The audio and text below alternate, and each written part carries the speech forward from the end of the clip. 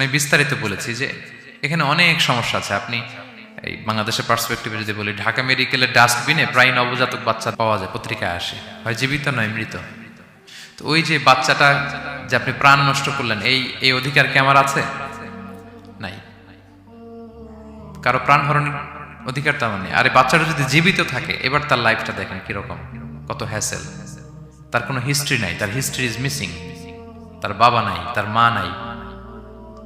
আমাদের প্রত্যেকের বাবা মা আছে, আমাদের একটা জেনেটিক্যাল ইনহেরিটেন্স আছে। আমার 14 পুরুষের জেনেটিক্যাল অ্যাট্রিবিউটস নিয়ে আমি বড় হয়েছি। আমার হিস্ট্রি আছে, তার হিস্ট্রি মিসিং। আর ইসলাম লিনিয়েজ মানে বংশকে প্রিজার্ভ করাকে খুব গুরুত্ব দেয়, এটা জরুরি।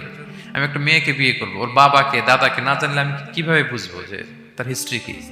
একটা ছেলেকে কেউ বিয়ে করবে, তার বাপ দাদা 14 পুরুষ হিস্ট্রি না জানলে তার গ্রাম নাই, তার নাম নাই, তার পরিচয় নাই।